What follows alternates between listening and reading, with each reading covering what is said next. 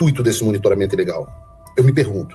Sequestrar a Flávia Magalhães, assim como os juízes auxiliares do Alexandre sugeriram que fizessem com Alan dos Santos, mandar os jagunços para sequestrar uma cidadã americana em plena Flórida? Se vierem me sequestrar, vão ter trabalho. E a gente vai continuar a investigação. A gente vai continuar. Aliás, hoje mesmo eu janto com a pessoa que tratou dessa investigação internamente dentro da Casa Branca. Hoje janto. Vamos ver. O que está confirmado é que o pseudo-juiz Alexandre de Moraes se valeu de um documento falso para prender e prolongar a visão de um cidadão por motivos políticos. Sobre isso não tem dúvidas. A carta do CBP, a declaração pública do CBP, fez questão de deixar isso muito claro.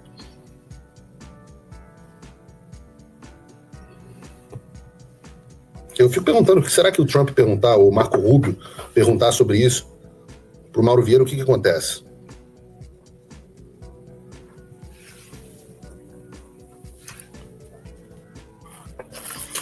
Nas discussões, o que é que o Lula e o Haddad e o Mauro Vieira vão dizer sobre o fato do pseudo-juiz Alexandre de Moraes ter destituído ilegal e unilateralmente a defesa dessa mesma pessoa que foi presa após a inserção falsa de informações no sistema do CBP americano? Ou agora o juiz pode decidir demitir advogado réu por terem abusado do poder de defesa? Isso também é Estado Democrático de Direito? Não sei, não. Eu acho que é difícil explicar essas coisas, né? Então você, meu amiguinho que está empolgado com as negociações Brasil-Estados Unidos, fica com os olhos abertos, que tem muita coisa para acontecer ainda. Cenas dos próximos capítulos. Eu queria falar mais sobre o caso Felipe, mas há outro caso importante,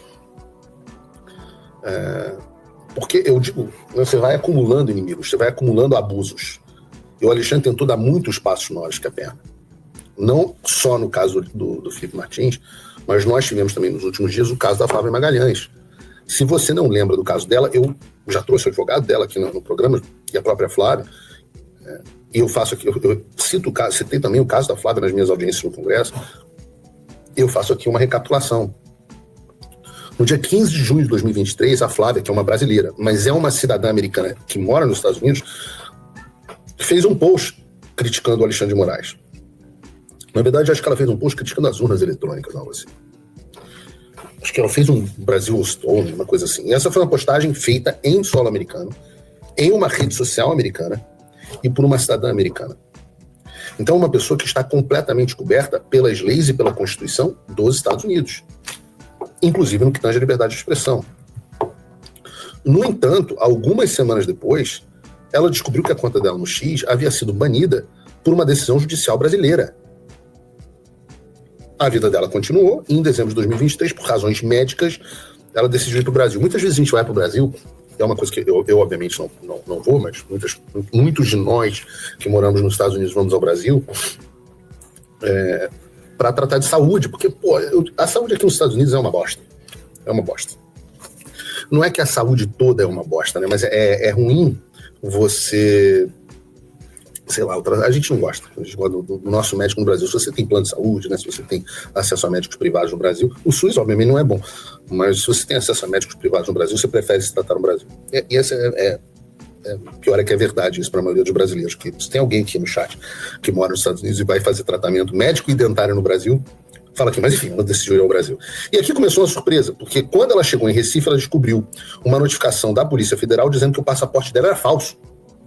E ela soube disso porque deu a sorte de encontrar um agente da Polícia Federal que não faz parte da Gestapo do Alexandre e que confirmou que o passaporte dela era verdadeiro e informou a Flávia que havia uma restrição no passaporte brasileiro dela, recomendando então que ela entrasse no Brasil com passaporte americano. Ela gravou um áudio explicando tudo isso para uma amiga e esse áudio viralizou. Depois disso, ela deu uma entrevista ao meu amigo, querido amigo, um abraço para ele, saudades, Coronel Gerson Gomes, e a partir daí a perseguição se intensificou ainda mais. Em abril de 2024, ela descobriu uma ordem de prisão contra ela, datada de 8 de fevereiro de 2024. Porém, uma vez que o advogado dela teve acesso ao processo, descobriu que a ordem de prisão havia sido dada no dia 30 de dezembro de 2023, algumas semanas depois dela retornar ao Brasil. E no mandado de prisão constava o nome do passaporte americano dela, Flávia Magalhães Soares.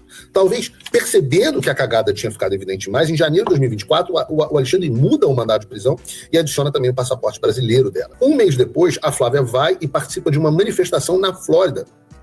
como ela já estava acostumada a fazer aqui com meus queridos amigos da IS Brasil. Chegando lá, ela teve uma surpresa. A organização do evento avisa ela que, diferente do que acontecia normalmente, ela não iria discursar na manifestação e ficaria em uma posição menos visível na barraca d'água. A razão, a presença de agentes da Polícia Federal do Brasil na manifestação. A Polícia Federal do Brasil estava monitorando uma cidadã americana em Fort Lauderdale, na Flórida. Falei agora igual o brasileiro fala, né? Fort Lauderdale. Em inglês se diz Fort Lauderdale. Na Flórida, por publicações que ela havia feito criticando o Supremo Tribunal Federal. Tudo isso sem o consentimento ou ciência das autoridades americanas e de maneira completa e absolutamente ilegal. Como esses mafiosos gostam que seja feito. Inclusive, eu posso dizer aqui que órgãos de inteligência, isso é a primeira vez que eu estou dizendo isso, mas órgãos de inteligência aliados procuraram Eduardo Bolsonaro e eu para nos avisar que nós também estávamos sendo alvos de monitoramento ilegal em solo americano. Algo que nós, obviamente, tomamos ciência e passamos a ter cuidado.